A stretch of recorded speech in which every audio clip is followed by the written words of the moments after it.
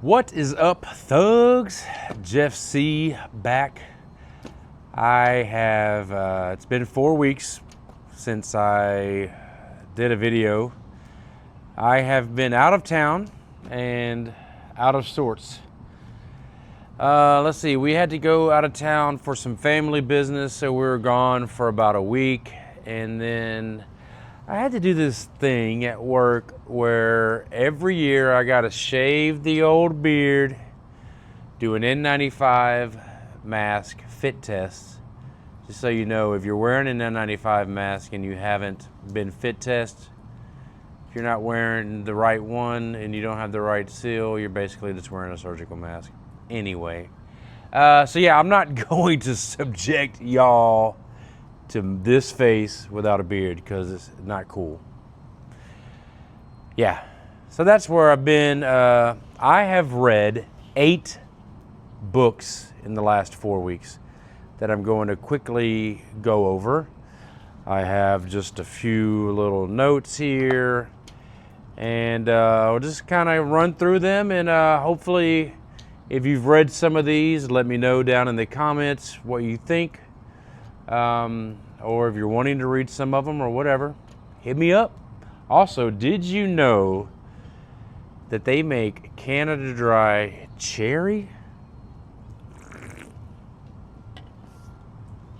That stuff's really good. Anyway, let's get into it. 8 books, 3, 2, 1, read. Book number 1, oh my gosh. Knife by Salman Rushdie. Also, why did I say Salman Rushdie? I only brought my Kindle with me because it's threatening rain and I'm not about getting my books wet. So the ones that I don't have with me, I'll just throw a little picture up. But Knife by Salman Rushdie. Here's the thing, man. I've said this before on this channel and I'll say it a billion times, I'm sure, before the end of it. I am all about the journey. Not really much about the destination. I am about the destination if it's a cool destination, but I don't like hold it against a book if the ending is just kind of whatever, if what I went through to get to the ending of the book is like just awesome. More particularly if there's like some really cool little sayings or situations, and I mean, I just love like a good one-liner or like a unique way of describing something. That being said, I love Stephen King, as you may or may not know, and I have really begun to be able to tell that Salman Rushdie is that type of author who I know that I'm going to thoroughly enjoy, who I already enjoy because of what I read within these pages.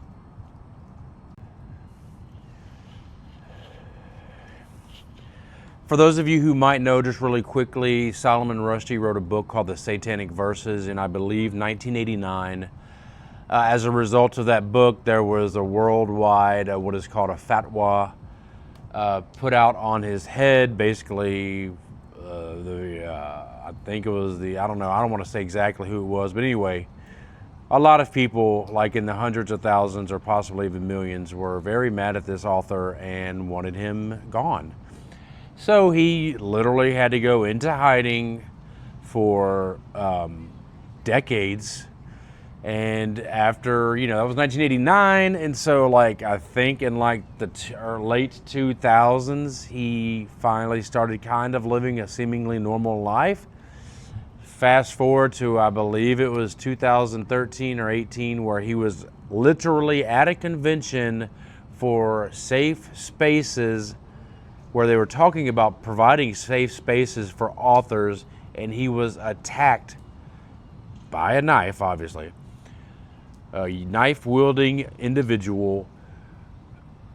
And this story is just him going through the attack, the subsequent hospitalization, the subsequent rehabilitation, and now how he is getting along having gone through all that.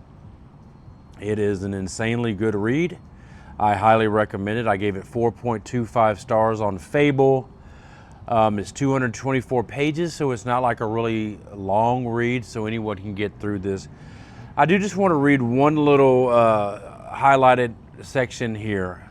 Again, this just showcases his kind of writing style, which I'm a really big fan of. Also, I read about 4 pages of the Satanic Verses when my wife and I visited the Boston Public Library. She had gone off to use the restroom, and I literally just saw the book on the shelf, and I said, I'm gonna take this book and just start reading it just to see.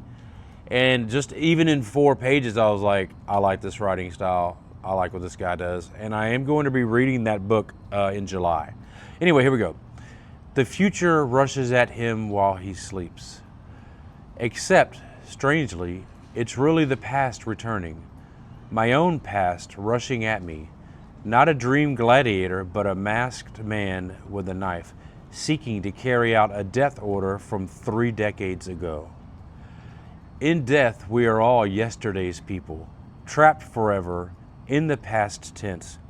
That was the cage into which the knife wanted to put me. Not the future, the revenant past, seeking to drag me back in time. Pretty cool. Knife, Salman Rushdie. Check it out. I have a couple of his other works that I will be reading, and I will report back. Anyway, let's go to the next one. Boom! Caliban's War, Book 2 in the Expanse by James S.A. Corey, which is actually 2 folks.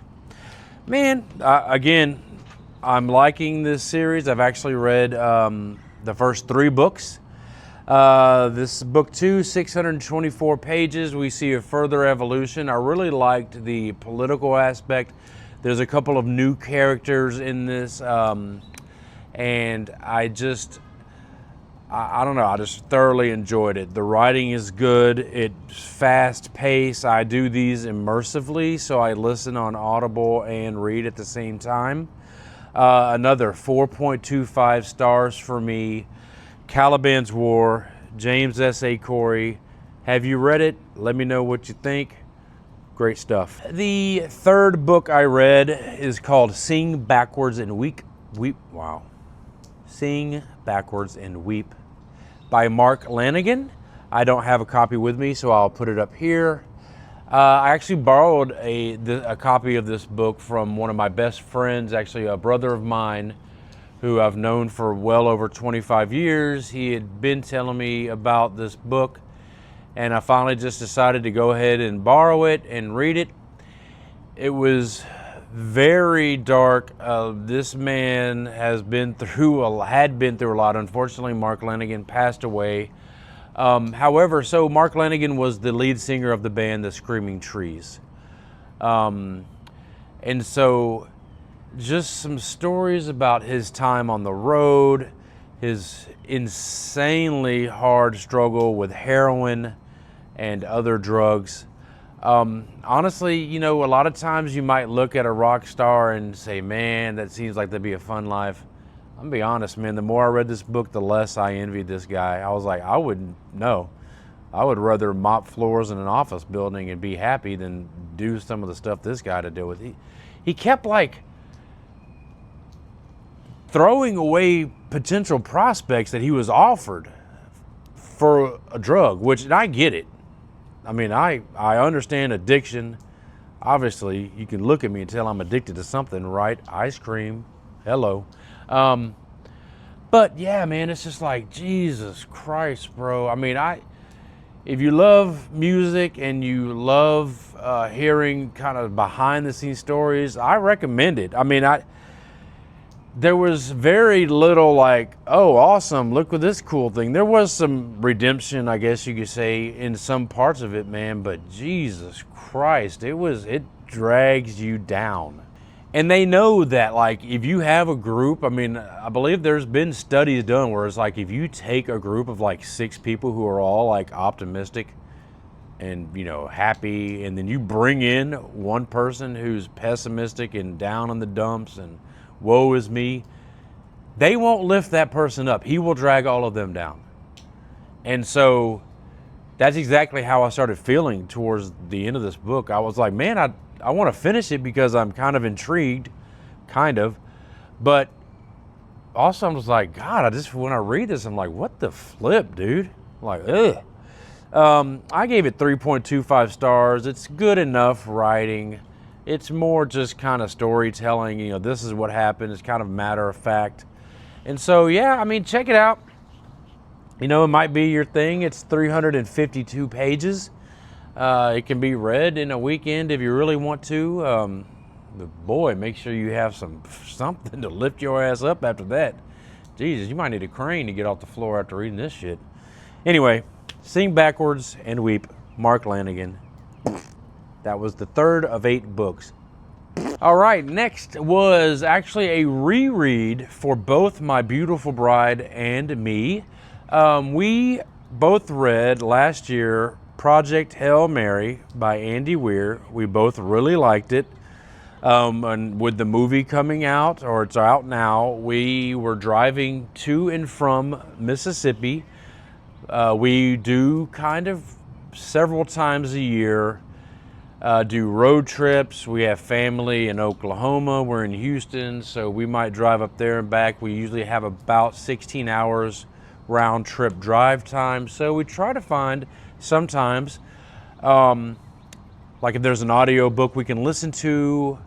You know, we usually listen to about half of it on the way and half on the way back, as long as it fits within the time frame. We did this actually with The Handmaid's Tale from Margaret Atwood once when we were going to Tulsa. So we were going to Mississippi to and from, so we decided to revisit Project Hail Mary. So we read it.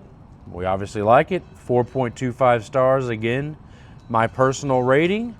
It's 496 pages. If you have not read Project Hail Mary by Andy Weir, it's about a guy who is sent to outer space to try to save the planet, basically our species, and he makes a friend. I'll leave it at that. The movie is also really good. We both loved the movie. We loved not only the movie, but we loved the movie, how it compares to the book. Like, it was a very good adaptation. Go Rock! Yes. That's Project Hail Mary, book number 4. Boink. The 5th book I read was White Nights by Fyodor Dostoevsky. I had previously and recently read Notes from Underground. You know, as you know, that has a very dreary main character, and he's just, you know, I call him the, the useless intellectual. And so the main protagonist of White Nights is a little more where he's a little more, let me go out into the world and meet some stuff. But he also, he fumbles. Who doesn't, right? That's all we do, is we fumble through life and then we die. There's some really cool parts to White Nights, and again, I don't have a single copy of White Nights. I do have this collection, and it was in there. And so I prefer this protagonist, especially compared to the Mr. Underground. He has a little love interest, and he kind of fumbles that, and I just, you know, again, where you know, when you're watching somebody make the same mistake you may have early in life, and you're like, that's what happens when it's early in life for a person, is you make mistakes, and you're like, don't do it, dude. Anyway, I really love Fyodor Dostoevsky's writing. I can't remember the translator. It might be Garnett, but yeah, 3.75 stars. I'm slowly working into Dostoevsky's works. With the smaller, I'll get progressively larger. I think I might make Notes of a Dead House might be the next one.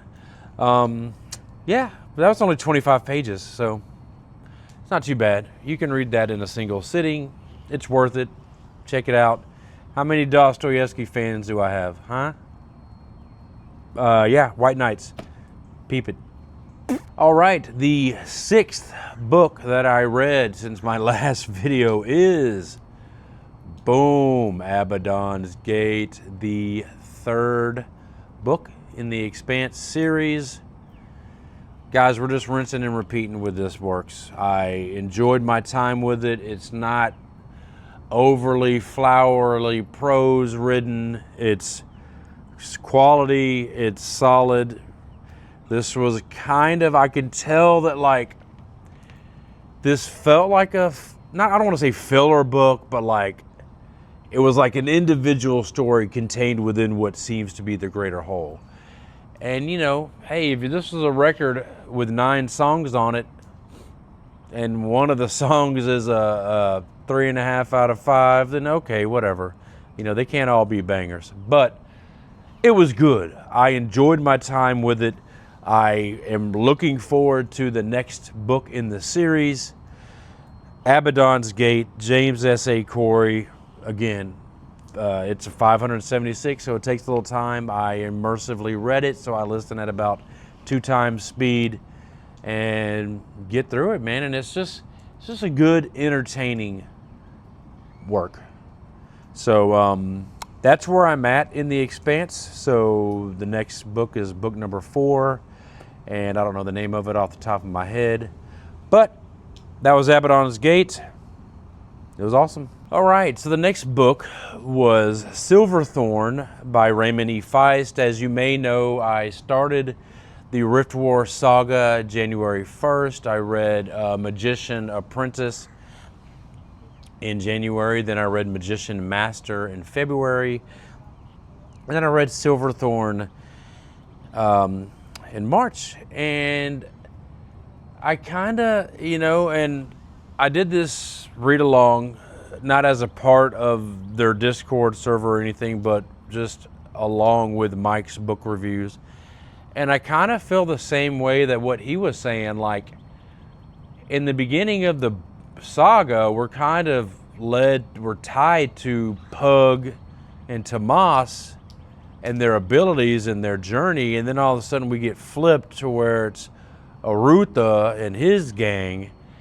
And it's not that I don't care about them, but yeah, I'd rather be following Pug.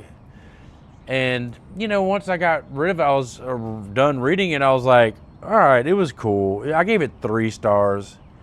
It's meant for teenagers. It's good. But I'm not compelled. So I just decided, you know what, I'm going to return. One day I'll read the, whatever the next one, Darkness of Shendoa or whatever it's called, I don't know. Right now, there's just too much other stuff I want to read.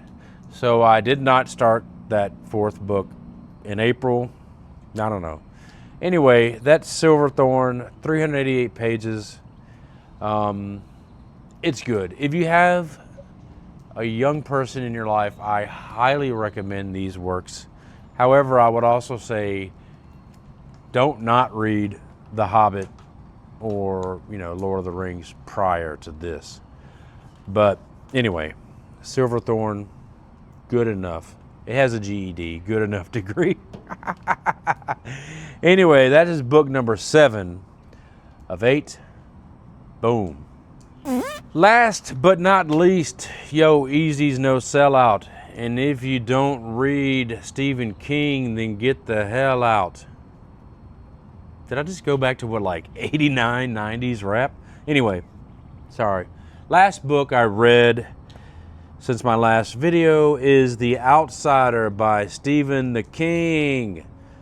Great. It is awesome. This is the first story in, I don't know, it said Holly Gibney number 1. I don't know. Now I'm starting to wonder if the Mr. Mercedes trilogy is actually, I don't know. I have to look into that. But anyway, 560 pages. I flew through this. This really just took over my what I wanted to read when I started it. My wife read it, and she really wanted me to read it also so we could watch the series. I read it. I gave it 3.75 stars. Stephen the King, who exemplifies what I was talking about earlier. The journey sometimes is far greater than the ending. But I love his writing. I love his work. Everything. I have not read one book by Stephen King yet that I did not really enjoy. So if you have not read any of his works, please do. That is The Outsider. It's about a murder that happens, and somehow the main suspect in the murder, who the police have irrefutable evidence that he is the person who did this, also has an irrefutable alibi that he was way out of town. Multiple witnesses that he was out of town. How can a person be two places at once? That is for me to know and for you to find out if you decide to read The Outsider by Stephen King, which I suggest you do. If you have read any of these books, again, tell me in the comments. I'd love to hear from you. That is it, folks. 8 books in the last 4 weeks. Life's been lifing, so I'm always going to choose life over recording. Hopefully soon I'll be doing some recording of life. Ooh, we got to go see Acid Bath a couple of Saturdays ago here in Houston, Texas. Are you an Acid Bath fan? Have you been able to catch them in this last year of them playing shows? I hope so. My wife and I will be going to Oklahoma City in May to see them again. I love the band. I love that they are touring. So hopefully, maybe when we go to Oklahoma, I will go visit some bookstores. Hello. Yeah, that's where we're at. I am currently reading The Pillars of the Earth by Ken Follett, and am head over heels over it. I'm about 400 pages in. Oh my God, it is so good. I cannot wait to talk to you guys about it. That's where we're at. Anyway, whoever's watching this video, thank you. Please like, please subscribe. I would say please share, but ain't nobody sharing this stuff. Anyway, that'll be it. Yeah. Thank you again. See you soon. Peace.